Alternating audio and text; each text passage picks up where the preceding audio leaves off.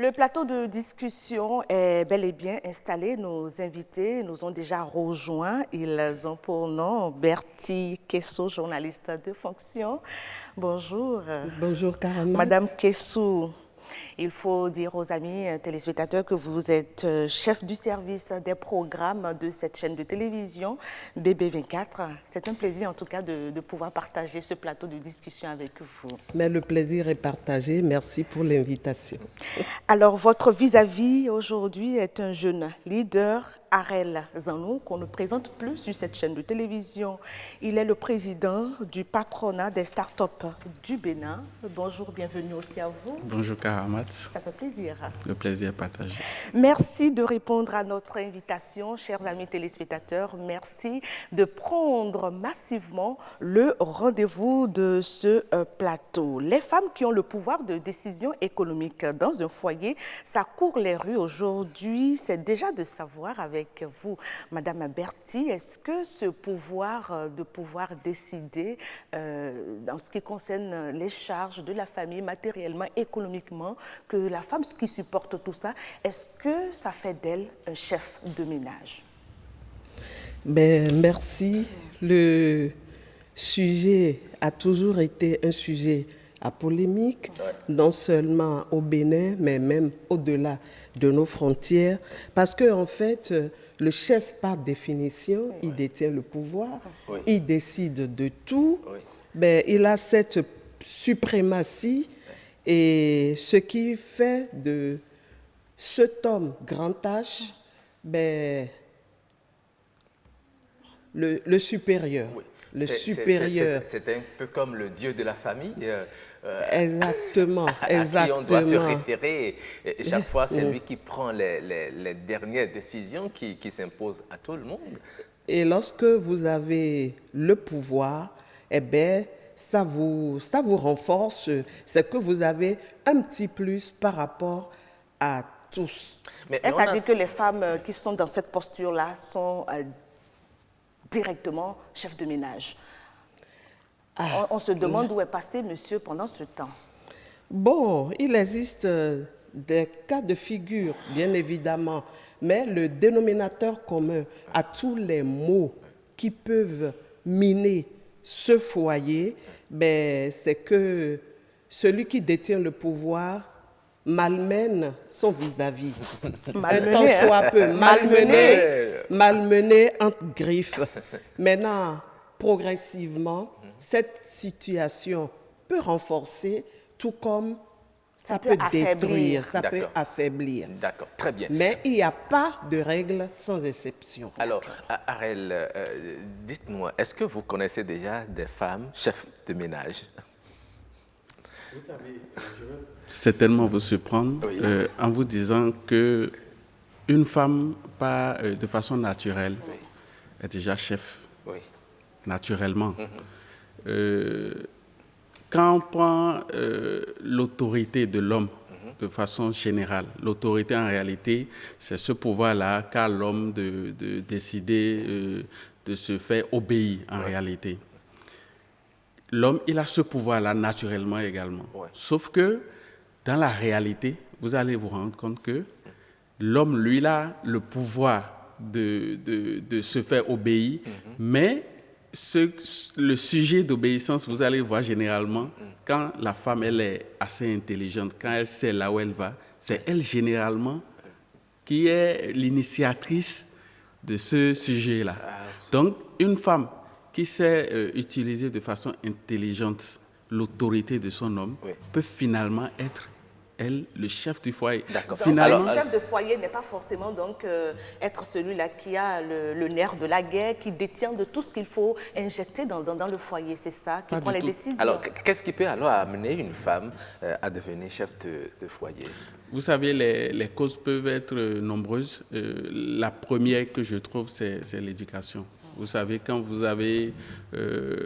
on ne vous a pas expliqué correctement pendant que vous êtes jeune fille, pendant que vous êtes sous l'autorité parentale, quand vous n'avez pas bien expliqué ce que c'est que l'autorité de l'homme, quand vous n'avez pas vu de bons exemples, d'accord, vous pouvez facilement passer à côté, même si vous ne détenez pas un pouvoir économique. même si vous ne détenez pas un pouvoir économique. Et nous savons tous aujourd'hui que de plus en plus, l'argent a une influence négative sur tout le monde, aussi bien l'homme que la femme.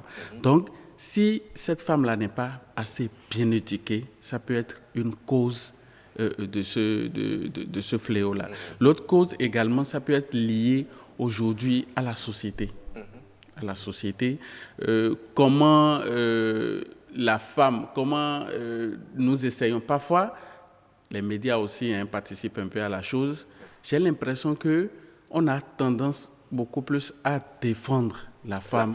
Jusqu'à la mettre sur un piédestal qui lui fait croire à un moment que voilà, elle est au-dessus de tout et qu'à un moment donné, on peut confondre émancipation et l'autorité à laquelle elle doit être soumise chez la femme. Mais généralement, Madame Berthier-Kessou, on constate que ce sont les femmes émancipées qui, justement, aiment prendre le dessus, le devant des choses dans leur ménage. Pourquoi c'est souvent le cas? Oui, non, merci. Non seulement émancipation, mais depuis quelques années, nous parlons également de parité et tout cela renforce un tant soit peu l'idée de la femme qui est prête à quitter le second rôle pour se faire voir, pour s'épanouir autrement. Néanmoins, nous devons reconnaître que le rôle dans un foyer, le rôle dévolu à la femme, c'est d'être à l'écoute et de savoir se tenir. Et c'est par elle que l'équilibre est maintenu. Mais comment est-ce qu'on peut être à l'écoute quand c'est vous qui détenez le pouvoir? Vous l'avez dit tout à l'heure, les conditions de la société à un moment donné ont fait tellement la promotion de la femme qu'aujourd'hui, elle rêve, elle prend même les devants des choses. Voilà. En fait, dans un foyer, lorsque c'est la femme qui décide, tout de suite, elle n'est pas d'humeur à pourvoir aux besoins de la famille et en même temps être dans un second rôle. C'est une ambivalence qu'elle n'arrive pas à gérer. Par contre, lorsque c'est l'homme qui détient le pouvoir financier, le pouvoir économique, mais il y met beaucoup plus de pondérance. Elle s'est dit qu'avec les femmes chefs, c'est souvent compliqué. Parce qu'on entend même dans le milieu professionnel que quand vous avez une femme qui est chef, déjà, c'est des a priori, c'est des craintes. Est-ce à dire que c'est le même schéma qu'on retrouve dans les foyers quand la femme prend les rênes des choses? Ça va dans tous les sens et ça fait peur aux messieurs. Oui, on n'a jamais peur. Je pense même que ça doit avoir des répercussions psychologiques. Et c'est un peu comme, je ne sais pas, quelqu'un qui n'a pas l'habitude de ce pouvoir-là et qui, du jour au lendemain, se retrouve avec quelque chose qu'il ne peut pas gérer, en fait. C'est ça la réalité. Non, c'est vrai. Non, je le dis parce que... On gère bien de main de maître ou de main de maîtresse. Avec vous savez, l'autorité, ce n'est pas de l'autoritarisme. Okay. C'est ça la vraie différence. Et quand vous vous référez même aux religieux, dans la Bible, dans le Coran ou bien dans tout autre truc là, vous allez remarquer que l'autorité a été toujours assimilée à l'amour. C'est que quand on demande à l'homme d'être autoritaire, de tenir l'autorité dans le foyer, en même temps, vous allez voir qu'il y a un passage à côté qui lui dit il faut le faire un peu comme Dieu le fait, un peu à l'image de Dieu, donc avec amour. Donc l'homme arrive de façon naturelle. Non, est-ce que vous ne voyez pas que même parfois les hommes, dans cette autorité que la société leur a conférée, il y en a qui deviennent tyrans par la suite, qui en abusent un tout ce n'est même pas, attention, ce n'est même pas que la société qui donne cette autorité à l'homme. Cette autorité est d'abord naturelle. Elle vient de Dieu, ça c'est très important. Et c'est ça que les femmes justement n'arrivent pas à supporter. Votre réaction, Madame Oui, Kessou, parce votre réaction. qu'il faut accepter l'autorité qui est naturelle, qui est divine, d'abord. Ensuite, la société, évidemment. Quand vous regardez même sur le plan biologique, quand vous regardez la constitution biologique de Ouais, l'homme... Vous allez me dire que Ouais, l'homme non, est physiquement plus fort, il bien, a 9 côtes, la femme, non, elle non, a non, la tête. je n'irai pas même jusque là-bas. Mais si vous voyez la constitution biologique de l'homme, l'homme est beaucoup plus, dans sa composition, il est beaucoup plus formé pour affronter plus de défis, d'accord? Et naturellement, il n'a pas choisi en fait d'être l'autorité. L'autorité est naturelle. Et ça, il faut que la femme accepte. La femme ne choisit pas l'autorité, mais la femme enfant... est allée arracher l'autorité. Je voudrais quand même écouter Madame Kessou sur réagir enfin par rapport aux propos de Monsieur Zangou. Oui, en fait, c'est que souvent, la femme, je reviens sur mes propos, la femme n'arrive pas à pondérer ses ardeurs. C'est souvent ce qui fait que parfois, il y a grabuge, comme on le dit. Qu'est-ce qui l'amène à ne pas pouvoir pondérer ses ardeurs? Est-ce que c'est parce qu'elle fait déjà un peu trop, ou bien c'est parce qu'elle a souvent, lorsqu'elle fait, qu'elle a des idées, des soupçons sur l'homme? Est-ce que c'est pas ça qui l'amène à devenir moins pondérée que l'homme? Vous savez, c'est un tout. Il y a ce sentiment qui anime la femme et qui se dit, tout ce que j'éjecte dans le foyer serve peut-être à l'homme à loucher dehors et à en faire ce qu'il veut. Mais il y a également la charge morale, psychologique que cela représente, parce que qu'on le veuille ou non, la femme, elle doit s'occuper du ménage, s'occuper des enfants, s'occuper des maladies. Quand l'enfant est malade, c'est elle qui veille. Et le lendemain, il faut courir également pour rentrer ce qu'il faut. Et tout ça fait que la femme, lorsqu'elle n'a pas un petit recul, mais elle n'arrive pas à y mettre de la philosophie et à se dire, bon, c'est mon homme, je fais avec parce que j'ai choisi et donc je fais avec. Mais lorsque ça perdure, une femme, c'est un être humain fait de chair, de sang et d'eau. Et donc, la colère peut prendre le dessus. Surtout lorsque l'homme ne l'accompagne pas. Surtout lorsque l'homme ne l'accompagne pas. Déjà financièrement affaibli, qui ne l'accompagne pas dans ses petites tâches. Mais est-ce que vous ne voyez pas... Et lorsque l'homme oublie qu'il faut quand même un peu de tendresse vis-à-vis de la femme qui se bat autant, mais il y a cela également, l'atmosphère familiale que l'homme doit s'employer à maintenir vis-à-vis de son épouse, vis-à-vis des enfants. Mais ça peut mettre la femme dans un état où coléreux tout le temps. D'accord. J'ai des exemples. Ces exemples, et si on revenait là-dessus, le temps pour nous certainement de suivre le micro-trottoir qu'a réalisé Jennifer Sachivi. Elle a tendu son micro et la caméra, bien sûr, était là sur quelques citoyens qui ont pu aussi se prononcer sur le sujet, les femmes chefs de ménage. On regarde. L'homme ne peut pas être un parasite pour sa femme. Même si je n'ai pas d'emploi, je vais me donner et la femme va sentir qu'il y a la volonté chez cet homme. Tout au moins. Si d'autres veulent s'accaparer des biens de la femme, ceux-là ne sont pas la bienvenue. Je prends un exemple terre à terre. Quand la femme a le matériel, elle a l'argent en poche, elle va jamais se laisser se faire piétiner par quiconque. Donc, en réalité, c'est catégoriquement non. Quand la femme est chef de maison, même si elle a l'amour commun, parce que c'est quoi la chose? Le jour où tu lui fais mal, elle va tout raconter dehors. Le caleçon qu'elle t'a acheté, elle va l'arracher, surtout quand tu décides de la quitter. Donc, la femme, catégoriquement, c'est zéro, comme le dit l'islam.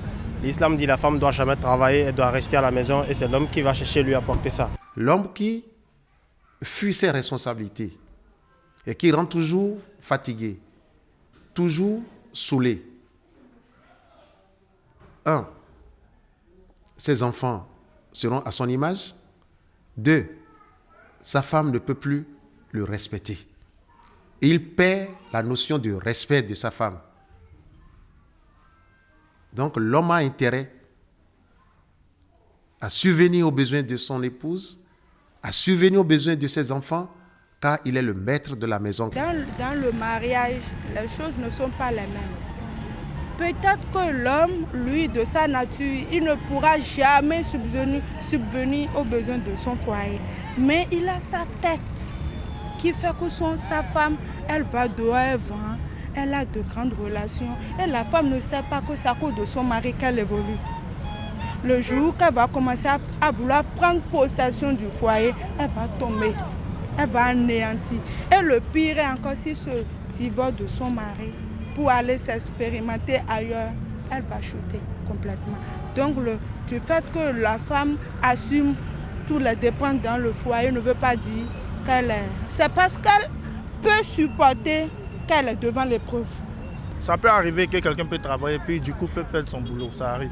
Mais du tout, ne rien faire à la maison, s'asseoir peinard parce que la femme va chercher. Moi, je donne raison à cette femme-là qui va lui manquer du respect. Vous voyez, il va lui manquer. Mais ce n'est pas le rôle de la femme, en fait.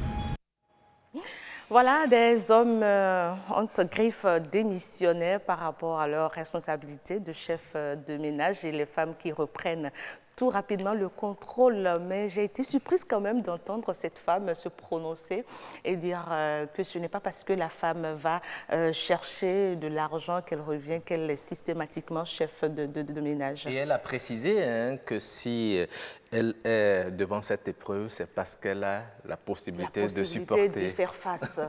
Madame Kessou, votre réaction? Oui, je crois que je vais rebondir sur l'exemple qui a été développé là. En fait, je connais 2 couples. Au sein de ces couples-là, l'homme est intellectuel et la dame, elle est vendeuse. Elle fait son commerce et ces hommes-là, suffisamment intelligents, périodiquement éjectent un peu d'argent dans le commerce pour le faire fructifier, pour le faire évoluer.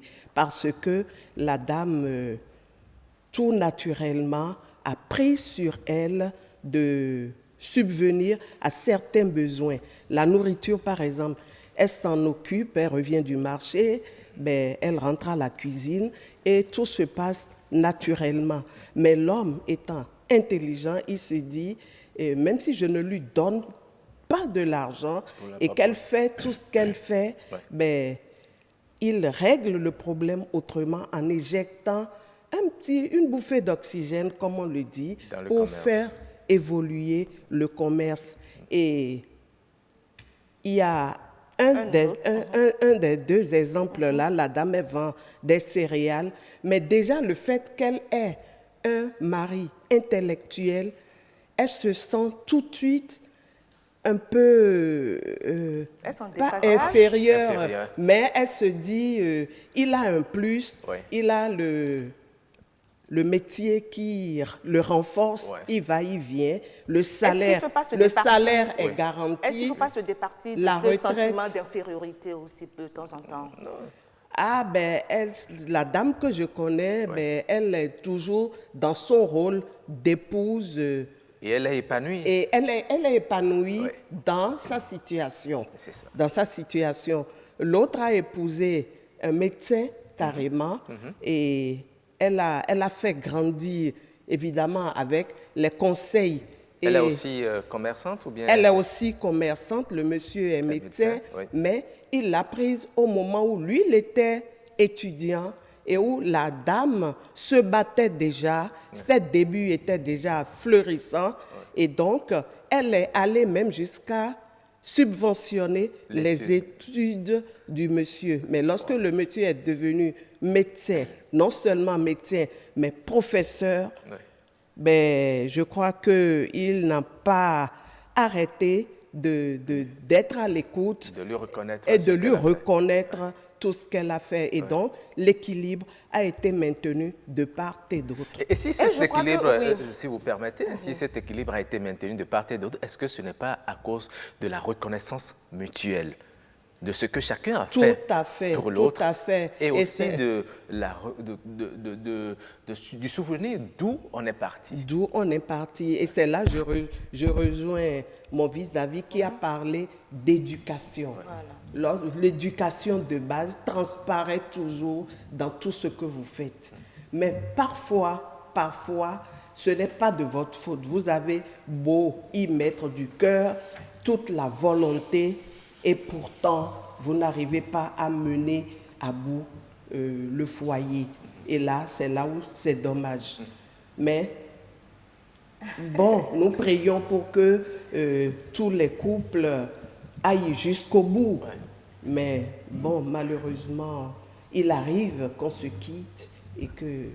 Bon, c'est le moins qu'il faut se souhaiter, hein, parce que ce n'est pas toujours la joie. C'est vrai, certains se quittent et puis se refont une nouvelle vie, mais ce n'est pas toujours la joie, parce qu'à partir du moment où vous avez des enfants, il arrivera toujours des moments où vous aurez l'occasion de vous rencontrer, de vous parler et peut-être de vous rappeler certains bons souvenirs du bon vieux temps. Alors, Arel Zanou, qu'est-ce que vous pensez de ces réactions des citoyens sur le sujet? Surtout un monsieur qui a dit, voilà, sur le parcours, vous pouvez aller jusqu'à perdre votre emploi. Oui. Et donc, madame doit pouvoir comprendre la situation et vous apporter son appui. Vous avez écouté les exemples aussi donnés par madame Kessou. Vous savez, il y a quelque chose que aussi bien la femme et l'homme doivent retenir, c'est que à grand pouvoir correspond grande responsabilité.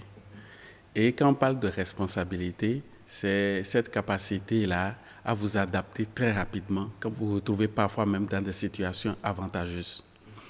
Quand vous êtes en couple, et la femme, il y a une dame qui m'a beaucoup plu dans l'élément, quand vous êtes en couple, vous devez avoir ce sentiment de complémentarité.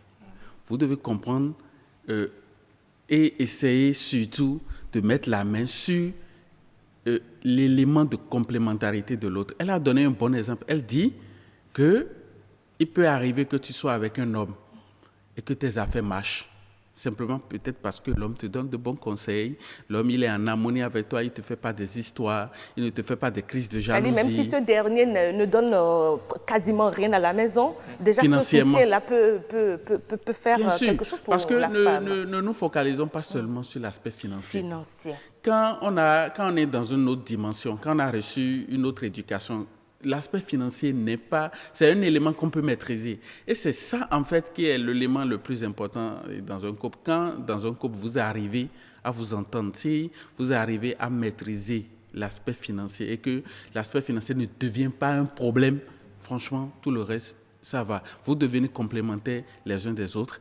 Et cette complémentarité-là, c'est ça qui va déterminer la stabilité de votre couple. Donc plus vous avez de pouvoir, plus vous devez comprendre que vous avez plus de responsabilités. Et la responsabilité, généralement, quand vous êtes quelqu'un de responsable, en réalité, c'est cette personne-là qui est en mesure de se mettre en position d'infériorité quand il le faut. Madame Kessou, c'est très important. Hein. Oui, c'est très important ce qu'il a dit, mais est-ce qu'aujourd'hui, reprenez pour le plaisir de nos amis téléspectateurs. Quand vous êtes en situation de responsabilité, vous devez être en mesure parfois de vous mettre en position d'infériorité. Est-ce que déjà c'est quelque chose qu'on retrouve dans le comportement des uns et des autres? Mais est-ce que, madame, je voudrais savoir, madame Kessou, à écouter monsieur Zanou, tout n'est pas focalisé sur les finances, sur l'argent. Il y a aussi cet accompagnement moral qui peut faire de l'homme l'autorité toujours de la maison. Mais est-ce que, vu notre schéma aujourd'hui, où la vie évolue à grande vitesse, où tout coûte cher, une femme qui prend tout en charge, et qui soutient moralement la dame, qui va travailler, qui va faire tout, est-ce que c'est toujours monsieur qui a l'autorité? Est-ce que madame, à un moment donné, ne va pas se retrouver comme chef de ménage? Je voudrais qu'on s'harmonise là-dessus.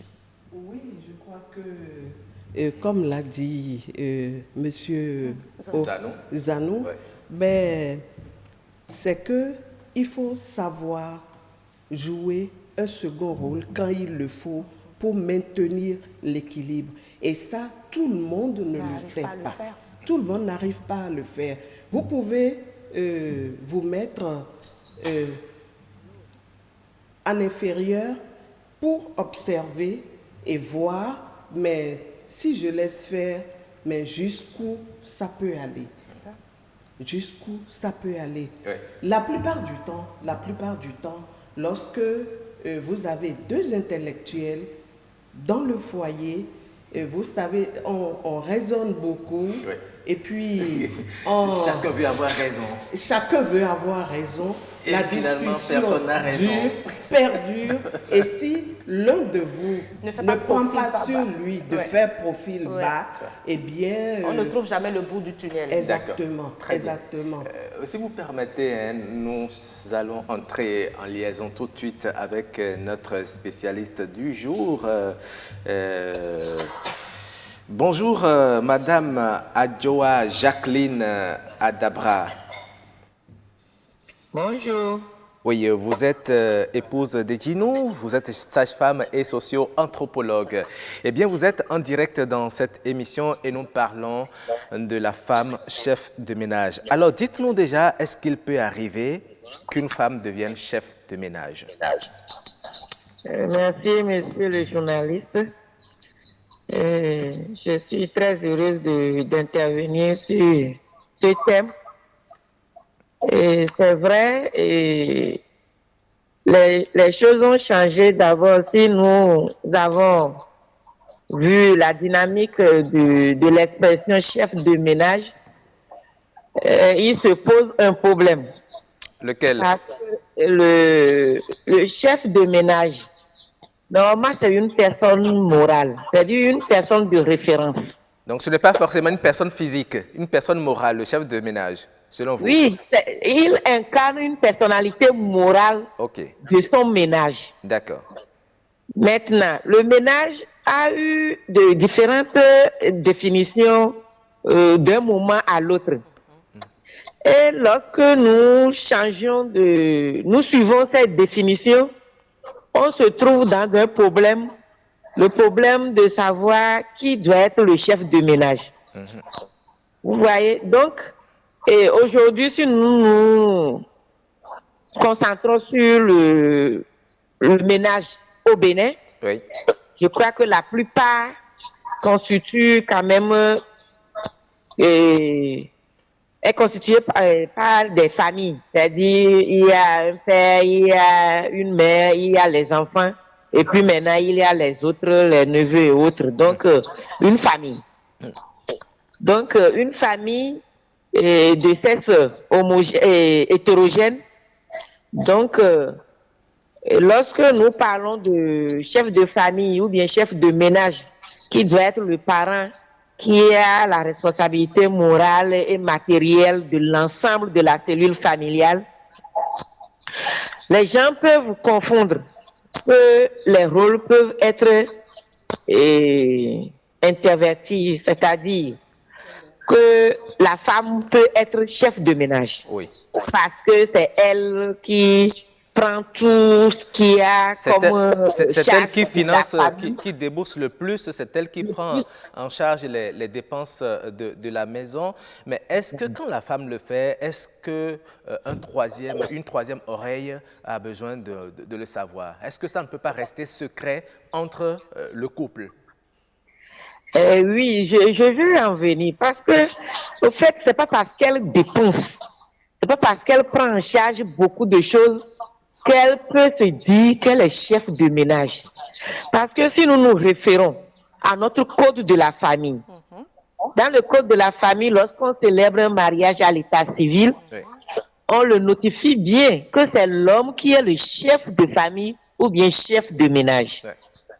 Vous voyez? Donc, lorsque la femme a accepté vivre avec un homme, c'est qu'elle accepte tout ce qu'il y a. On a dit on se marie pour le bien et pour le pire. Donc, lorsque l'homme se retrouve dans une situation et qui ne lui permet pas d'exercer son pouvoir matériel, de pouvoir s'occuper des choses matérielles de sa famille, c'est pas à cause de ça que la femme va dire non, que désormais c'est moi qui ai l'autorité de cette maison. Mais parfois, il y a certains hommes qui n'acceptent pas. C'est vrai qu'ils sont dans la situation, mais à cause de l'orgueil masculin, n'acceptent pas n'acceptent pas que la femme prenne les devants dans le ménage. Dans ces conditions, quand c'est la femme qui débourse le plus dans le ménage, quels doivent être alors les comportements de la femme et de l'homme pour qu'il y ait équilibre, pour qu'il y ait la paix dans ce ménage? Oui.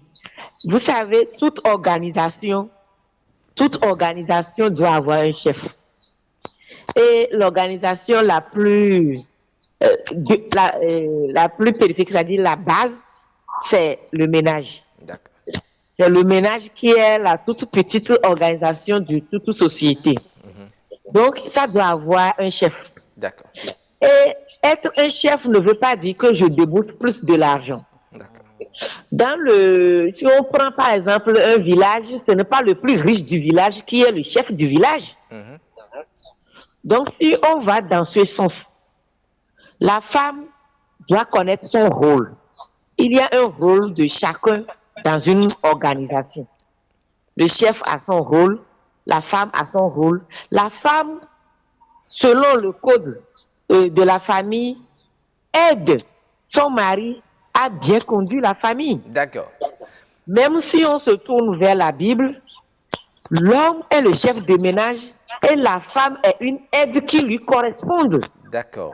Donc, si la femme voit que lui, elle a le pouvoir, c'est-à-dire que la Providence l'a aidé à avoir plus de pouvoir financier, elle va le faire accompagner son mari dans les décisions qu'ils auront à prendre ensemble avec son mari pour pouvoir conduire la famille. Merci Donc, beaucoup. ce n'est pas une raison ou bien ce n'est pas une occasion d'inverser les rôles. D'accord. Voilà. Merci beaucoup, Madame Adjoa Jacqueline Adabra, épouse d'Edjinou. Vous êtes sage-femme et socio-anthropologue. Merci beaucoup, Roch. Vous avez suivi sa réaction. Si, j'ai suivi sa réaction et j'ai vu nos invités ici au plateau sourire, esquisser quelques sourires rapidement.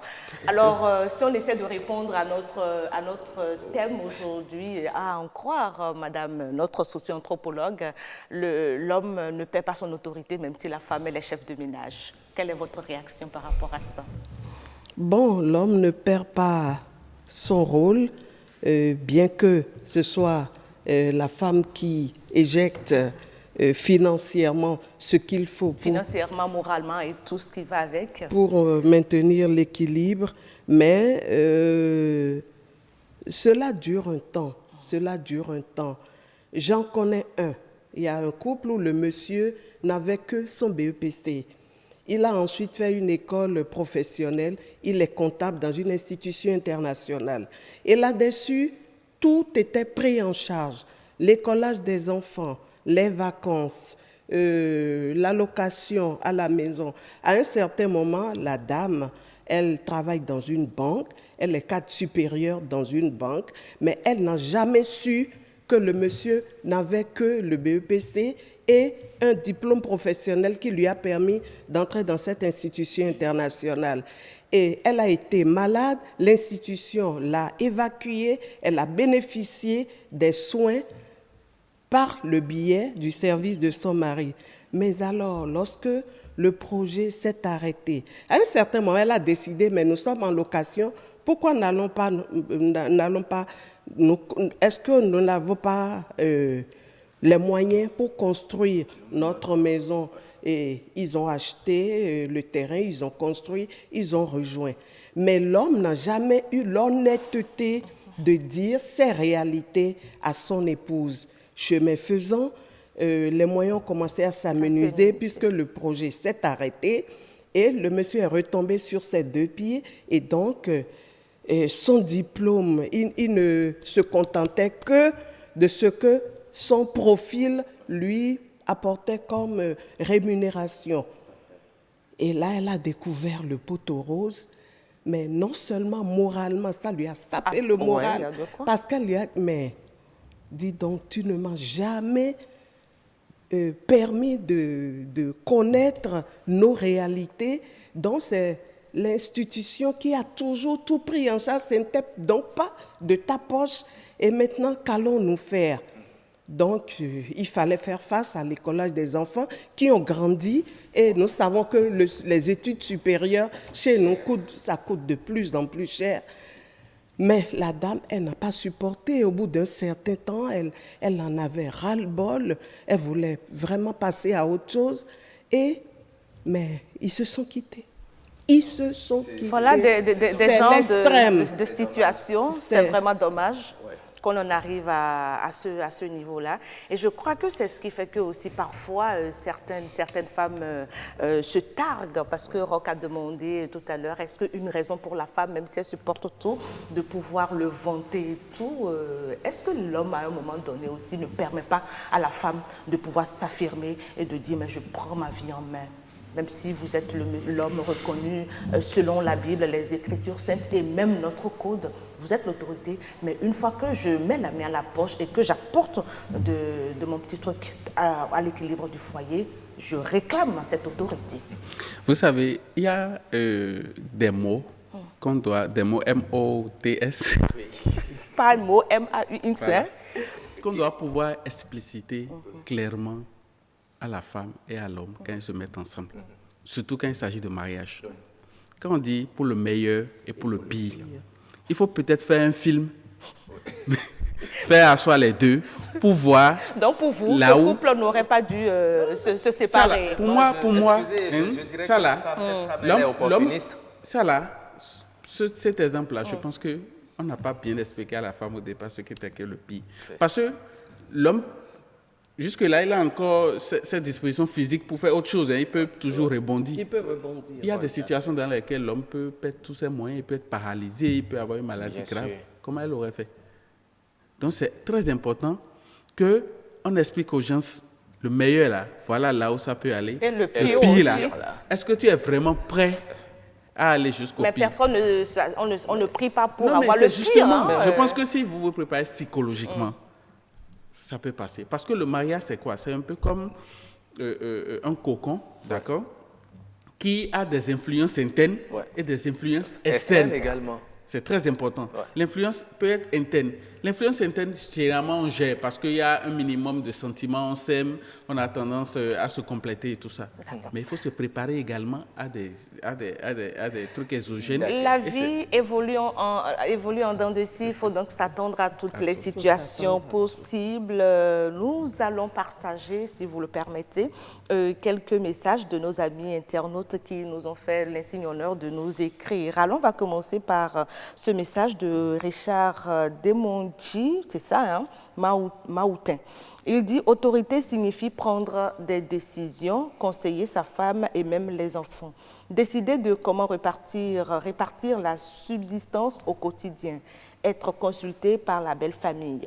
C'est pourquoi la plupart des hommes deviennent alcooliques quand ils se retrouvent dans ces conditions. » Autre message, je vois rapidement. En attendant que vous voyez, avez un message sous la main que vous allez partager. Il y a un message de Shamstid qui dit l'homme pauvre ou riche demeure le patron du foyer.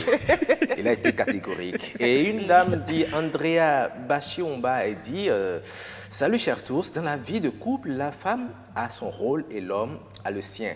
Les deux échangent quant aux charges à assurer. C'est en cela que le dialogue reste indispensable. L'homme, dans tous les sens, se veut être le chef de ménage, chef de famille, et la nature lui concède également ce pouvoir socialement, puis sur le plan juridique. En Afrique, cela est légion, car le patriarcat oblige. Voilà ce qu'a dit madame. Vous avez encore un autre message? Oui, beaucoup de messages. Il y a Maître Kodjo Narcisse Aton qui dit, article 155 du Code des personnes et de la famille. Les époux assurent ensemble la direction morale et matérielle de la famille. Ils contribuent à proportion de leurs facultés respectives. Légalement, la famille béninoise n'a pas de patron. Il a dit.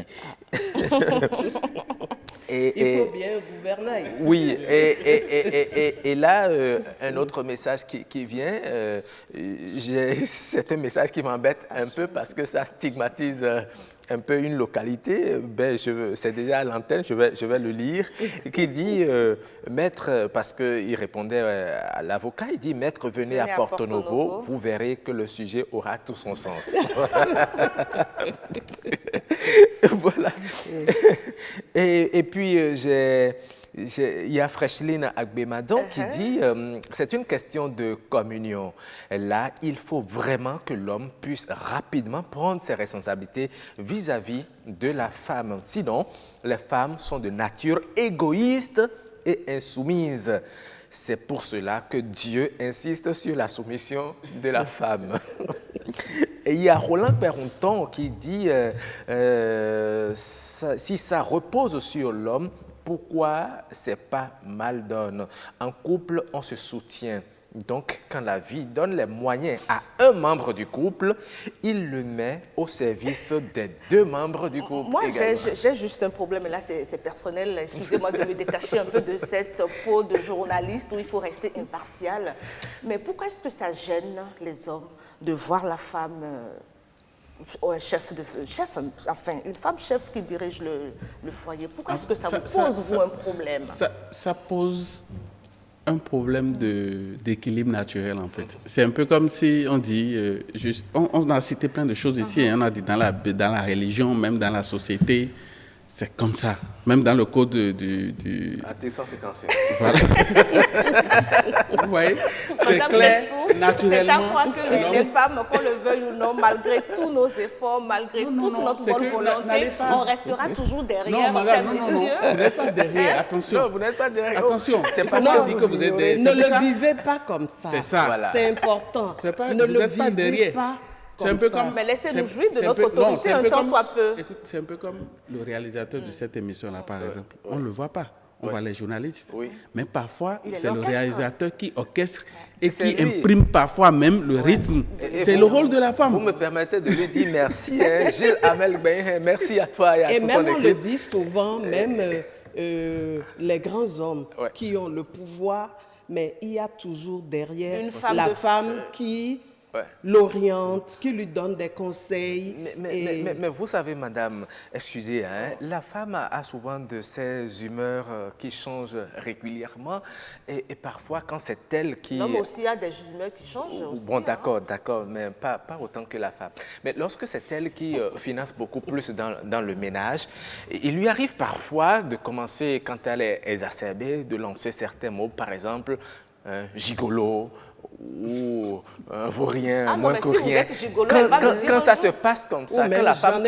J'en ai marre. Quand la femme commence à sortir de ces expressions, est-ce que vous pensez que l'homme puisse se sentir encore chef de ce ménage? Non,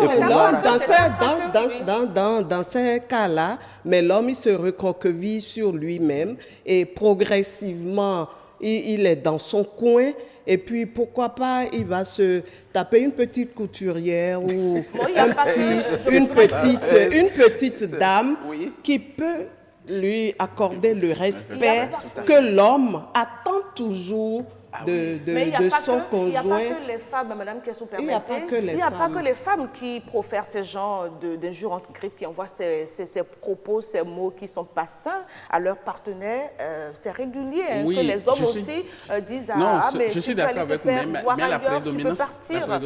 Donc, c'est des deux côtés. Non, la prédominance est féminine. On a 2 minutes pour finir la discussion. Et ça moi, je suis un homme de santé et je peux vous dire que même sur le plan biologique, ça se comprend. Au niveau des hormones, par exemple, la variation des hormones au niveau de la femme est beaucoup plus... Donc, cela peut changer très bien.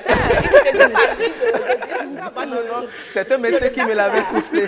Vous permettez rapidement, on va encore partager quelques messages rapidement. Bon, le message, il est un peu loin, j'arrive pas... Il y a Martial Donat qui dit « Si ce sont dans des circonstances indépendantes de la volonté de l'homme, alors oui, son autorité demeure et la soumission toujours exigée. » Et il y a, je reviens rapidement sur les messages Facebook aussi en attendant qu'on reparte là-bas. Il y a Maroume Aguinde Dongue, voilà, c'est son nom. Il dit « Avec tout le respect que nous devons à nos femmes, elles ne peuvent jamais être chefs du foyer. Ah non, Quand même, l'homme est financièrement fauché. Mais la triste nouvelle est que certaines de nos femmes considèrent cette situation comme une situation éternelle et deviennent des casse-têtes pour l'homme. Nous avons encore 1 minute pour clôturer. Oui. Alors, vous avez écouté les propos, chacun a pu apporter quand même sa contribution pour enrichir ce débat. On voudrait quand même que ça aille au-delà de cela, mais la télé, c'est aussi une question de temps. Nous allons rapidement avoir vos mots de fin. On va commencer par Madame Bertie Kessou. Alors, qu'est-ce que vous avez à nous dire dans ce genre de situation? Merci. Chef de ménage. Pour finir, je peux dire que la discussion, les échanges, c'est très, très important. Ça peut aplanir beaucoup de difficultés. Vous les surmontez. Tant que vous discutez, vous vous comprenez mieux, vous vous entendez mieux. Tout simplement.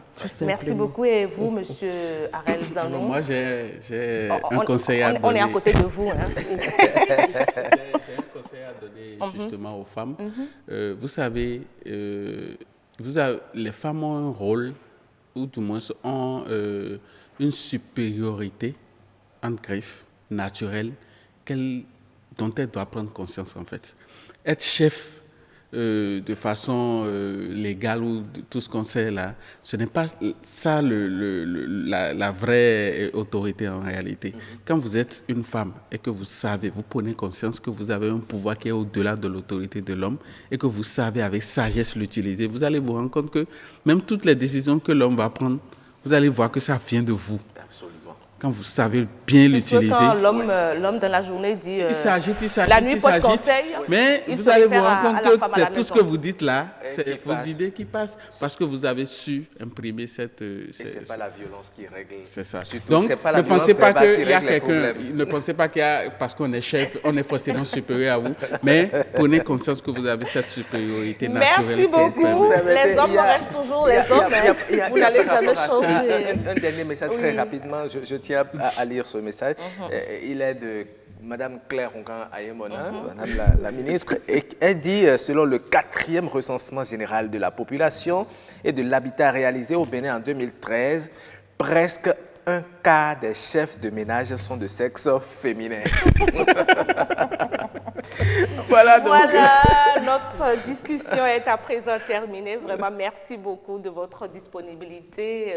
Madame Bertie Kessou, journaliste de fonction et chef service des programmes de Bénin Business 24. Vous êtes donc sur votre télévision. Merci d'être venue. J'ai bien envie de lui demander, puisque c'est elle qui programme cette émission aux téléspectateurs, quel est son avis rapidement. Nous sommes au 10e numéro déjà de cette belle aventure.